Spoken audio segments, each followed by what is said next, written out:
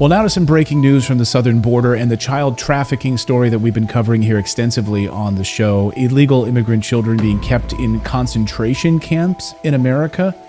This is a phrase that I never thought would come out of my mouth. That's right, these children with no parents, not allowed to go outside, all of this happening while the Biden administration, the Governor Greg Abbott administration ignoring the situation. Our next guest spoke to a whistleblower at a secret child concentration camp facility in Texas and joins us now. Welcome back to journalist Michael Yon and Ann Vandersteel, host of Right Now with Ann Vandersteel. And Ann, welcome to the show for the first time. Good to see both of you. Thank you, Clayton. Thank you, Clayton. The things that we've been seeing are over the top. For instance, 2 nights ago, Ann and I and the rest of our team were out with a whistleblower who used to work in these facilities, and he also served as an escort. So they actually take these children and fly them around the United States, such as to New York and many to Florida. And often, interestingly, many of the escorts are 19, 20, 21 years old, and they're staying with children up to 5, even 10 children. When it's 5 children, it's often just one escort, like a young man with teenage girls or boys, that sort of thing. And sometimes they stay overnight in hotels together when their flights are delayed or whatever. And often they're delivering these to home, these children of mixed race. So it's not like somebody, it's like, it'll be boys and girls sometimes from different countries that are being delivered to affluent homes in places like Florida. And so this is very interesting. We're all over this. We're looking into it deeply. In fact, we're going to head to Florida soon and look more deeply into it. But Ann saw a lot of things that I didn't see as well. The part that was so... Yeah, tell me what you saw while you've been over the past few days at a Walmart facility speaking with these whistleblowers. We have images here and videos that you guys have sent. There's sort of a checkpoint. You pull up to an old Walmart and there's a checkpoint to even get onto the premises. Just tell me what you saw, Ann.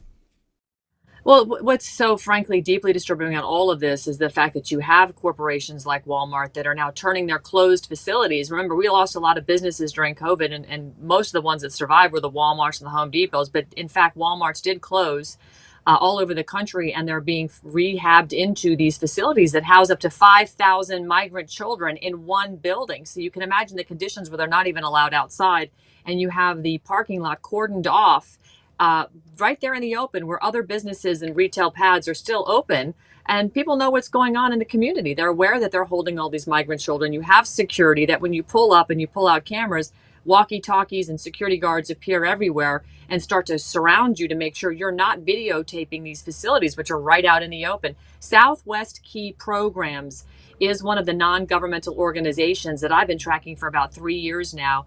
And they are known to not only be paid publicly by the government hundreds of millions of dollars per year, but they're also taking that money and financing the coyote cartels to smuggle these children in. And they prefer the younger the better because they get more money per child the younger the child is. They're also funding the lobbyists, which are then, of course, greasing the politicians to encourage the policies and laws that are delivering the open border nightmare that we are witnessing today. It's changing the face of our country. It's burdening the taxpayer. Crime is through the roof.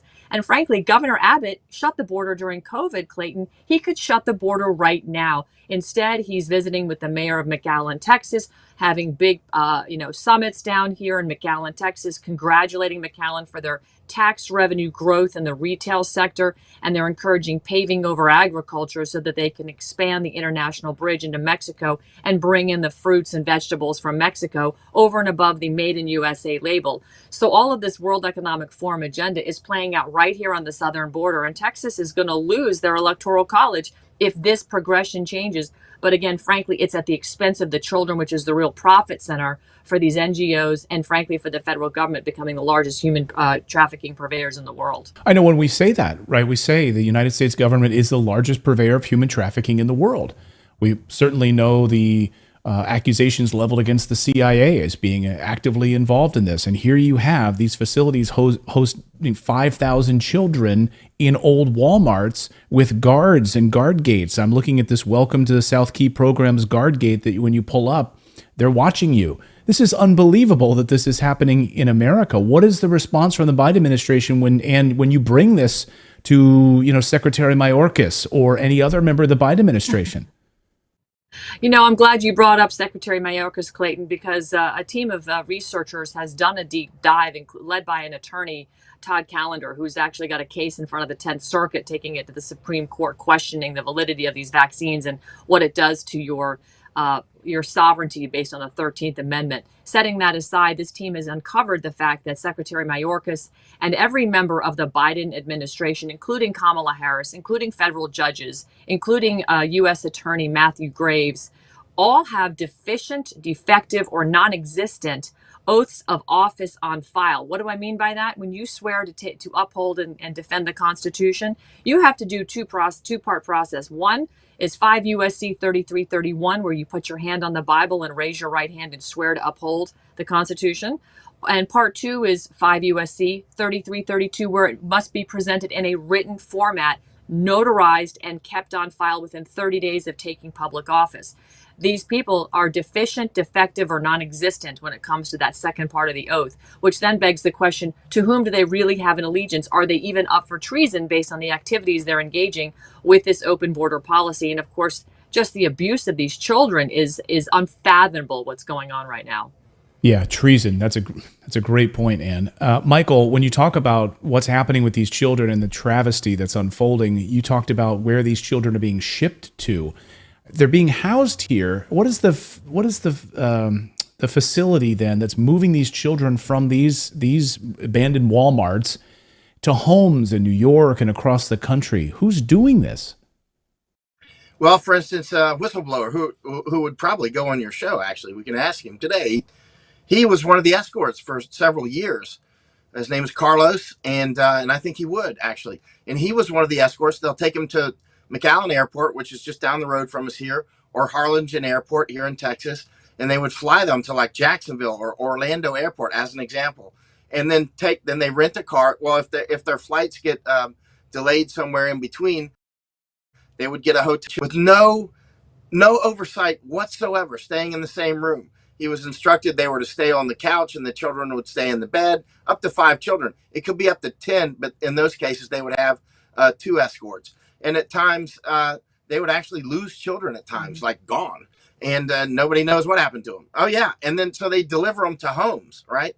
They deliver them to homes in affluent areas. I ask, and Ann and I ask, we must have interviewed him for 10 hours between the 2 days, right?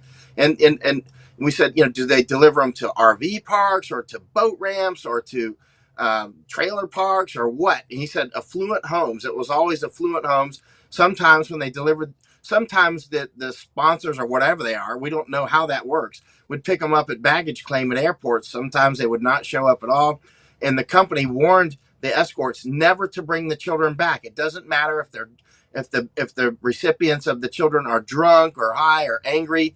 And many times Carlos would tell us that the children were fearful. They wanted to go back to their home countries and back to their parents, which begs the question, how did you get here? Of course, which we see in Darien Gap, and we see when I'm down in Mexico, we see children who Ann and I saw on the border, 3 days ago, children, you're a mother, seeing children, the body language just didn't match with, I should let you talk on that. Yeah, no, when you see young men, young adult males, chaperoning children by having their hands on the backs of their shoulders and steering the child into the bus that Customs and Border Protection has waiting for them, as facilitated by another company, ISS Action, partnering with Catholic Charities, which, by the way, is all over this down here in McAllen. We visited that facility and we saw Customs and Border Protection agents really bro-hugging, glad-handing, high-fiving each other as the, quotes, merchandise, which is the illegals, mostly women and small children, are lined up against the wall waiting to go inside to the Catholic Charities facility, which, by the way, encompasses a whole city square block on downtown McAllen, and that's right across from a bus station where they then move the people across the street, put them on buses. And as you know, Abbott is pushing these people all over the country. But Clayton, it gets even more concerning because we have multi-drug resistant tuberculosis coming in with this migrant flow, and that multi-drug resistant tuberculosis is zoonotic, and it jumps from people to animal and animal to people. So cows by the thousands, tens of thousands, are being slaughtered in Texas because migrant workers working on dairy farms or cattle farms are spreading tuberculosis to these cattle, which immediately have to be exterminated. You cannot have that. So Texas, and right now, Clayton, is at risk of losing its TB-free status, which is going to impact our food supply. And my beef supplier, that is the sponsor for my show, is warning me, Ann, beef prices are going to skyrocket 30% in October, and we see this because the dairy and the beef cattle industry is being decimated by TB.